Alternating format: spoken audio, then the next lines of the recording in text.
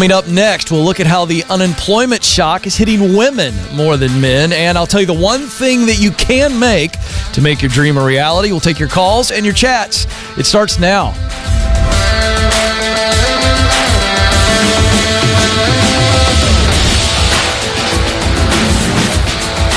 I am coming to you live from Ramsey Studios in Nashville, and you are joining a conversation about who you are, what you were created to do, where you want to do it, and how you can get there. It's all about you because you were created to fill a unique role. That means you are needed. It means that you must do it because somebody out there actually needs your contribution, and that's what we talk about here on the Ken Coleman Show. Work that matters, meaningful work. And we are here to help you get clear so that you can begin to take steps. So we're going to walk alongside of you throughout your journey. So really excited that you're with us today. Somebody out there probably needs to call in. Swallow your nerves. I'm going to take good care of you. You're not a prop here. You are the reason that I come to work every day. So let's go. 844-747-2577 is the phone number. 844-747-2577. Also, submit your chat questions right there in the chat room next to the video window, and the team will get them here to my laptop. So coronavirus unemployment, it has been wide and deep. But I'm seeing in the news that women are getting hit harder by the unemployment crisis than men. So I wanted to look into this and why. And the reason is because the service professions prior to coronavirus was employing more women than men. In fact, I actually shared that data that women, we saw really good numbers. We're seeing employment improving for women more so than men prior to COVID. Well, the reason that it was higher prior to COVID is because in the service industries, more women were being hired. So education, leisure, hospitality, and all of those industries are the ones that have been hit really hard by the lockdown, the social distancing measures. So if we look at April, the full force of the lockdown really hit and unemployment surged to 14.7%. Now, among women, the rate rose to 16.2% compared to 13.5% for men. And so usually we see in recessions that men get hit harder. In 2009, in that recession, unemployment among men reached 11.1% compared to 9% as the peak for women. So I bring this up to say to you ladies, listen, good news, as those industries that were employing more women come back online, so will your opportunities. But I also put this out there to say, hey, men, you're listening, you have the opportunity to employ women. Let's look to get as many women hired as we possibly can, because that part of the demographic of the workforce has been hit really, really hard. And so there's a big need out there. And so, ladies, take heart. We are already seeing the economy thaw, and I think jobs are going to come back pretty quickly. I'm not going to predict as to how quickly they will come back, but they are going to come back. And I think that those numbers of a higher percentage of women being hired in those industries, I think that will continue. That will get back to that normalcy, and you'll see that. So be encouraged. That's why I share that with you. There's no question that the numbers have been greater in certain industries, and as those industries get their sea legs back, then you'll see the opportunities come as well. So hang in there. 844-747-2577, 844-747-2577 is the number. You can also email the show, ask@kencoleman.com. Let's go to Durham, North Carolina to get us started. Lindsay is there. Lindsay, you're on the Ken Coleman Show. Hey, Ken, how are you? Lindsay, I'm living the dream. What's going on? Great. Quick question for you. So I'm a new listener and I'd love to kind of hear your thoughts. So I recently took a job back in January at a very large, very well-known, reputable company. So it's been about 4 months, and I just completed a 90-day training with them. And some red flags are going up and not performing well. I'm just concerned that it's just really not a great fit for me. So I could be curious to hear your thoughts on, I guess, looking for another job so quickly, especially after they've just invested quite a bit of time and training in me. And then with the coronavirus going on, kind of adds another layer, complicated layer to this equation. So just kind of wanted to hear your thoughts. Yeah, well, let's just say at the top here, from about 30,000 feet, there's nothing wrong with you acknowledging that this isn't a good fit and looking for something else. I just wouldn't publicize it, right? So the idea is that I would want you to stay until you have something else to step into.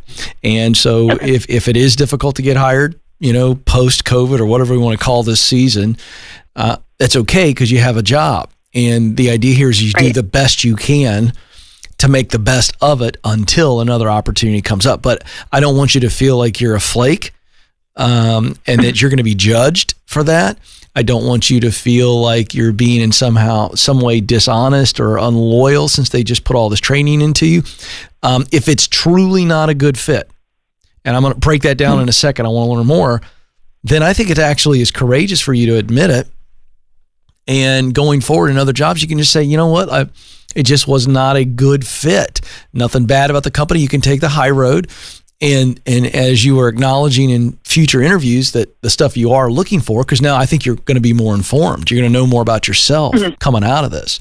So I just wanted to alleviate any anxiety that you might have, because I don't think it's going to hurt your professional career if you decide to move on. Cool? Cool. All right, now let's talk about what's really going on. So I feel like you gave me some clues here that you just don't feel you've got the actual enough talent or proficiency, or is there something else? Yes and no. So it's more of kind of now that I'm in the position and have been working for the past couple months, I'm just kind of finding that some of the job responsibilities didn't really align with the description and my expectations. Okay, but let's stop right there. It totally does. But the question is, are they things that just are sucking the soul out of you and that you don't enjoy these tasks and it's not something that you would have signed up for? Or is it that you feel like you're not good enough and it's causing anxiety that way because of your performance? That's what I'm trying to figure out specifically there. What's going on? So they're going to be... it was a task that I was expecting, but it was more of the amount that I'm doing per day. So it's not talent.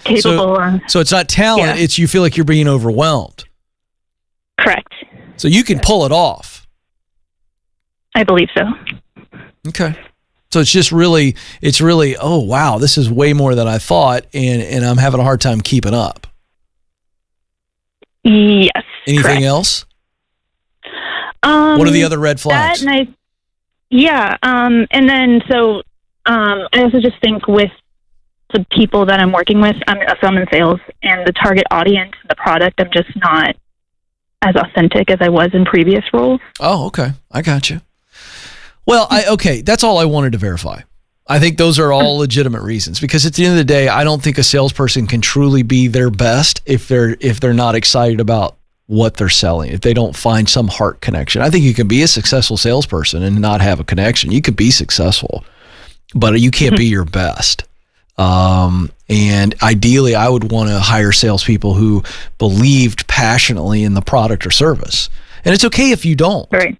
Now, my question is, what did you learn from this? What are your lessons right now that you've learned from this? So you go, okay, Ken, I'm going to be way more informed and not get myself in this situation in the future. What did you learn?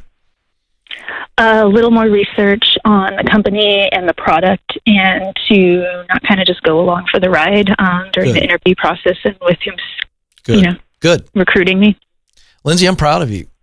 I'm proud of you. You're a new listener. You decided to call. You got vulnerable on this. There's nothing wrong with you. You're not a bad person for feeling this way. Welcome to the club. I can't tell you how many millions of people have been in your situation, but you know why I'm really proud of you? You have decided to get clear on this, get some advice on this, and decide to do something about it, as opposed to spending 10 more years there and your soul completely leaving your body. And that's why I'm proud of you. You're making this decision now and not sticking with it. There's no reason, folks, if you're like Lindsay, that you need to stay in a situation that you know is not a good fit. She's not doing anybody any favors. All right, Lindsay, here's the deal. We've covered everything. I just want you to stay put until you have something to go to. You understand? You change your mindset starting today. And when you start to feel overwhelmed, you go, this is my fault. I made this bed, so I got to sleep in it, right? And you be grateful for a job right now, which I know you are. You're a great lady. And then I want you to find something else. And the minute you find something else and you have an offer, you're ready to go, you just tell them, look, I'm really sorry. I appreciate all the training. I'm not doing you any favors. If I continue in this position, it's just not a great fit. You handle yourself with class, the way that you would want somebody to treat you if you were in your leader's position, knowing what you know. You do that, Lindsay, your best days are ahead. Really appreciate the call. Let's go to Jeremy next in Charleston, South Carolina. Jeremy, you're on the Ken Coleman Show. Hey, Ken. Thanks for taking my call. You bet. What's going on? Hey, so currently I'm kind of in a pretty toxic work environment, and I've gotten the opportunity, and I heard you telling Lindsay, same kind of thing, kind of stay put until you have somewhere to go. Yep. And I think I have the opportunity, and I'm hoping to get into a graduate school program that'll allow me to kind of get into the targeted area field of study that I want to get into. Okay. I'm just wondering, as far as, moving out of the toxic environment I'm in, how to do that best if I do get in, and then grad school, kind of what to focus on, what to avoid to make sure I'm not hiding. I've heard you and Dave talk about kind of hiding in grad school. Yeah. Well, let's talk about the first part, because that's the easiest one to answer. Then I need some more detail on the second part of the question. Yep. First part is just be classy. Who cares? Who cares if it's toxic or not? You always want to leave well. There's no reason to blow up a bridge. If you are leaving a toxic environment, and this is for everybody, not just Jeremy, understand that they're going to throw some knives in your back or some arrows, on your way out, because it's an unhealthy place, right? So you can't control a toxic environment, and you cannot control how the people, the leaders, the teammates in that toxic environment are going to react when you say, I'm out. So don't worry about how they react. You only focus on how you act. Just leave with class. Okay. That's it. I don't need to tell you any more on that. Just be a world-class person leaving, and take the high road. Now, the second part, what specifically do you want my insight on? Because you're going to go to grad school. Is that going to be full-time or part-time? So are you going to be able to work or no during grad school? The start of it, I'll be able to work, and then once they reopen the school, I'll be moving and going to school there. So, I mean, just as far as career-wise, to avoid hiding, is there anything I should focus on, getting in? It's an 18-month program. Do you have any advice or tips on, networking or, working while I'm in there or anything like that to make sure I really get out ahead? Yeah, absolutely. What field are you wanting to go into? Real estate development. Okay, great. Oh, perfect. All right. So in the season where you can work and go to school at the same time, if I were you, I'd be spending as much time as possible, and your schedule, as much time as possible getting around, hanging around, coffee, lunch, shadowing, interning, working entry-level position, whatever's feasible in your financial life and in your personal life schedule. I would be in real estate development. I'd be in that field. Okay. And that world. Yeah. I mean, that's the proximity principle. Okay. You know what I'm saying? That's why I wrote the book. I'm going to give you, do you have a copy of the book? No, sir. You do now. So, Madison, before we let Jeremy go, we're going to give you a copy of the best-selling book. Please, Jeremy, read it. I wrote an entire book on one principle that says this: in order to do what Jeremy wants to do, real estate development, Jeremy needs to be around people that are doing real estate development and be in places where real estate development is happening and those people are hanging out.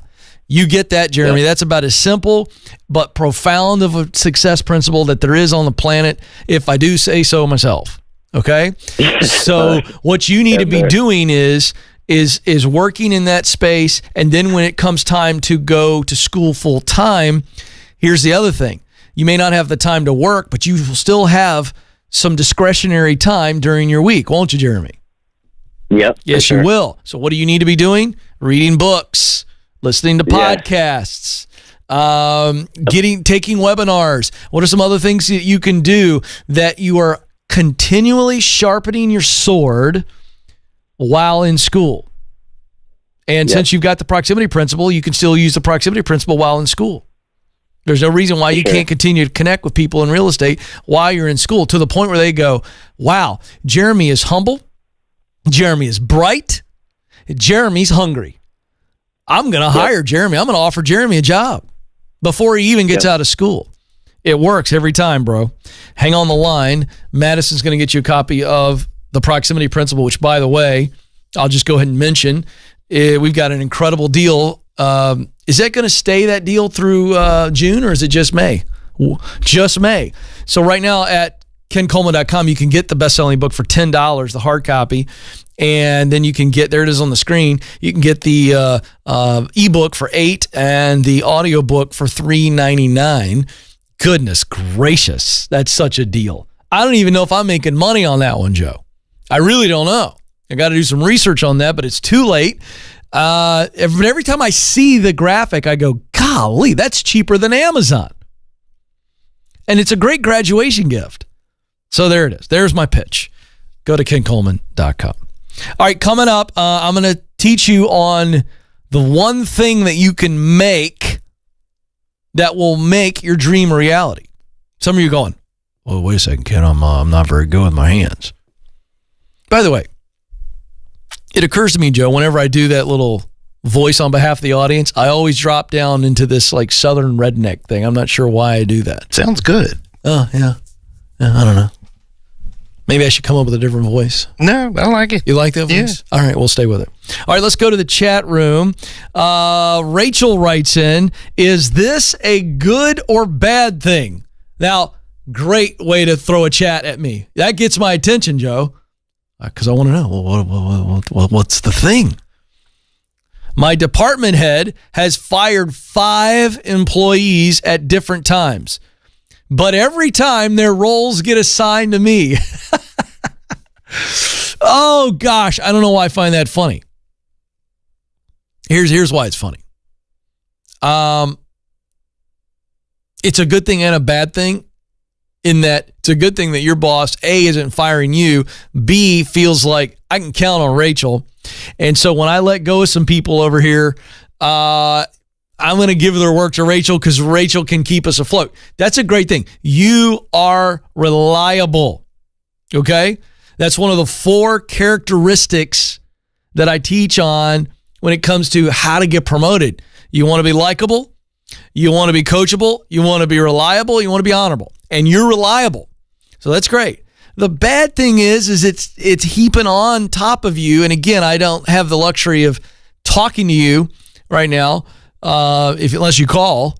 So I would be very careful that you don't get overwhelmed, which will lead to buildup on your heart and makes you feel burned out. So be careful. Be very careful. And make sure that you talk to that leader soon about a growth plan for you, because that leader has shown that you are extremely reliable. And so with these added responsibilities, you should be getting added compensation. Grace writes in, I've come up with a few creative side hustle ideas that could potentially replace my full-time income. How do I battle the disbelief that I could actually make money using my ideas? Well, this is all about the 3-step process to overcome fear, doubt, and pride. So the way you wrote it, I actually took the word constant out. You actually wrote, how do I battle the constant disbelief? Well, let's just call that what that is. That's doubt. And you've got some insecurities based on people in your life that have said some things to you that wounded you, either intentionally or not. Or you've had some experiences that have been negative and you haven't recovered from them. You didn't filter the negative experience and turn it into strength. You held on to the defeat. That's what causes doubt, period. So the way you overcome doubt is this. Doubt's a liar. So what's the voice of doubt in your head, right? And it's, I'm not actually smart enough or good enough to take these ideas that I ruminate on and turn them into money. That's the voice of doubt for you. So if doubt's a liar, and it is, we say, okay, we got to write it down. We got to get out on paper what doubt is saying. Doubt says, I'm not smart enough, talented enough to make money based off my ideas. Well, that's a total lie. Okay? Unless, and let me throw this out, unless you've been delusional. So let's go get some feedback from people that know you and say, this is what my head is telling me. I want to believe it's a lie. Do you think it's a lie? And they're going to go, yeah, you actually do have what it takes. You're very talented here. And so if we got to get some outside feedback to help us, great. So that's step one. Get the lie out on paper. Step two is what I just said. You go to a friend or a family member or a coach or a teacher or somebody, a coworker, somebody who can verify that this is in fact a lie. So we put the lie on the witness stand and we break it down. And then step three is we then focus on the truth. Up to this point, you've been focused on the lie and you're believing it, and it's holding you back. And so once we've exposed the lie for what it is, then we focus on the truth. And the truth is, you do have what it takes. You do have the talent. You do have the brains to be able to turn your idea into money. Is it going to take time? Sure. Are you going to fail along the way? Absolutely. That's part of the deal. And so that's the process right there. Let's do another one, shall we? Matt S. Hey, Ken, I would be graduating college next year. I'm taking summer classes now. What else can I do to prepare me to start my career? Well, this is very much like the phone call we did with Jeremy. And again, what's the career path or the sector, the industry that you want to go into?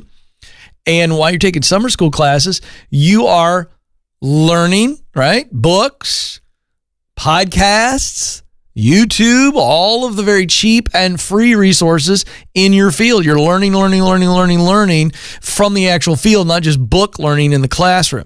Second thing is you're using the proximity principle. If you can't do coffee lunch with people, if they're still freaked out by COVID, fine. Zoom, you got parents, friends, family members, extended acquaintances, whatever.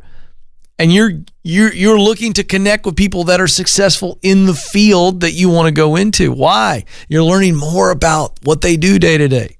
The highs, the lows, the pitfalls, the shortcuts, the cheat codes, right? For people, they know so much. Do a college book report, if you will, or a research paper on those people in all different levels, all different types of positions, and all different types of experience. A person that's been in it for 2 years, a person that's been in it for 20 years. All of that stuff is essentially like you walking around with a bucket and you're getting relevant feedback so that you can learn. And by the way, in the process of learning, you're actually connecting, the right people, and they're going to put you in the right places, and you're going to meet more of the right people, and they're going to introduce you and put you in other right places. And then it's proximity principle process, and opportunities are going to knock on your door. That's how it works. 844-747-2577. I'm going to do a phone call, and then we'll get to the one thing that you can make that'll make your dream a reality. I'm going to switch it up just because I can. If you see behind me, it says the Ken Coleman Show. So every once in a while, I like to change it up. Let's go to Jeremiah in Colorado Springs, Colorado. Jeremiah, you're on the Ken Coleman Show. Hey, Ken. I appreciate you taking my call today. How are you today? I am living the dream, Jeremiah. What's up? Well, I am walking away from a job that I've been in for 10 years. Okay. Needing to change. Just am stuck because there's nowhere for me to go because it's a small business. And there's nowhere to grow, nowhere to develop. So I actually put in my 2 weeks yesterday and just needing some help on where I go from here. Uh-oh. The dreaded, I quit my job yesterday, but Ken, I need some help knowing where to go. Now, is that really true? Do you not have any idea what you want to do in your work life? For long term, really, I don't. I mean, at the short term, I'm like, if it comes down to it, I'll go work fast food. I'll go work at Walmart or something. If things get really desperate, I'm not afraid to go do that. Did you get severance? But just, I did not know because I actually walked away on my own. When is your last paycheck? It'd be in 2 weeks, because it coincide with when I walking away. Okay. All right. So we're starting from scratch. You've been listening to this show for how long? A couple of months now. What do you know about yourself? Let's look at talent, passion, mission. Tell me what you know. So doing like Clifton strengths, I'm really good at. My top ones were futuristic, woo, and adaptability. So winning over people, that whole, wouldn't it be great if, like, I'm very good at seeing things before they even happen. Gotcha. Or coming up with crazy ideas. Yeah. Like driving around the other day, I was like, I wonder if anybody's ever made a oval chain gear for, and random things like that just pop into my head. And all right, let's talk about passion. Let's talk about work that you love, that you look forward to when you're in the middle of it. Your heart's beating fast. I know one is you love ideating. Stick you in a brainstorming session and you're out of your mind. Am I right? Yeah. No, okay. I love doing brainstorming sessions. Okay, great. So I gave you one to start with. Tell me some other types of work. Task is what we're looking here, or function, the role you play in the marketplace that you really, really love. What is it? So I love being and interacting with people and helping them to learn new skills, how to teach them how to use technology around them is what I've been doing. I'm very good at that. I'm very good at taking technology on a high-end level where you're talking ones and zeros, and then taking it to somebody that doesn't know how to turn a computer on, and like making that mesh together of, hey, this is how this is going to work with this application, and taking those things and marrying them together so that people can understand how to use things. Okay, is what I've been doing. Great. What else? What else do you enjoy doing? Mechanical stuff. I love using my hands, working with my hands. If you were going to, let's say I gave you a 3-month trial, we'd call it the dream job trial. All right. And it's 3 months. You're not going to fail, but it's a 3-month thing to decide, do we want to keep doing this? But it's this fun thing. I'm going to pay you what you need to make, but you have to be mechanical. What are you going to choose to do for 3 months? Probably something in a testing environment where I'm testing mechanical type stuff. Be more specific. And like if you had going in and going through like the testing phase of a product, like if you're designing like a one that comes to mind is like a fork for a bicycle, going through the stress tests of that, of like, okay, where does this mechanically fail? Why did it fail? Was it the material? Was it the design? Yeah. Why would you want to do that? Kind of, why would you want to do that? It's just, it's fascinating to me. It just makes my mind, like, it just takes my mind and brain and goes somewhere where I can really use it. And I think you got some answers. I think you just got some answers. I think you just gave yourself some answers. Yeah. You do know where you want to go. You do know where you want to go. Yeah. And let me tell you what I heard. Just how do I? Okay. Yeah, I think it's how to get there. And I think you're all hung up on a job title as opposed to letting your heart inform you. And I think your heart just informs you. I think if we look at futuristic and woo and adaptability, which is, I like Strength Finder. I think it's a wonderful test, but it's just one part of the 3-part equation where I focused on all 3 things: what you do best, what you love to do most, and the results of that work that matter most. And so if you were to define the results of your work, what would be the ideal results? You go home at the end of every day and you say, wow, I produced these results today, and that makes me very happy. What would be those results? Stop thinking, by the way, and just say it. Just working with people. I think that's one of the biggest things that I love doing, is just being with people and finding a way to help them develop and grow. All right, so that's interesting. That's interesting because that gives us more of your heart than the path we just went down on the mechanical side of things. Because I don't know that if you're in a mechanical job all day, every day, and you're in a testing facility, I wonder if you wouldn't really, while enjoying the work, I don't know that the results part would really deliver for you. You want to see somebody smile at the end of your work. Yes. That's what I think is most important to you. Not fixing the thing, but fixing the thing and then showing it to the person that you fixed it for. That could be interesting. And so what I'm hearing, I think there are two things. Either you want to instruct people on technology and take them from frustration to satisfaction. Making these words up. You can plug these in later. No, that makes perfect sense. Or you want to fix something for somebody and take them from despair, frustration to relief and satisfaction, right? Yeah.